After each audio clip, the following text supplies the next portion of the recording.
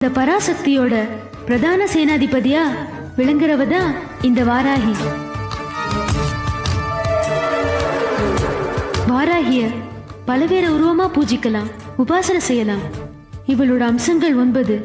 வாராகி தேவி, அஸ்வரூபா தேவி, தண்டினி தேவி, பஞ்சமி தேவி, சொப்பன வாராகி, வார்த்தாளி தேவி, மதுவாராகி தேவி, மந்திரினி தேவி, பக்த வாராகி தேவி.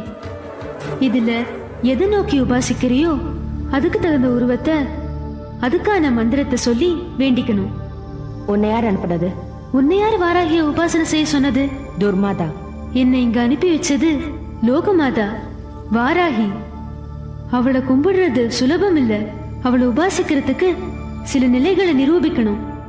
திடசித்தம், அதாவது விடாப்பிடியான மனம், துணிச்சல், எல்லாம் அவளேங்கிற தைரியம், பூரண நம்பிக்கை. எது நடந்தாலும்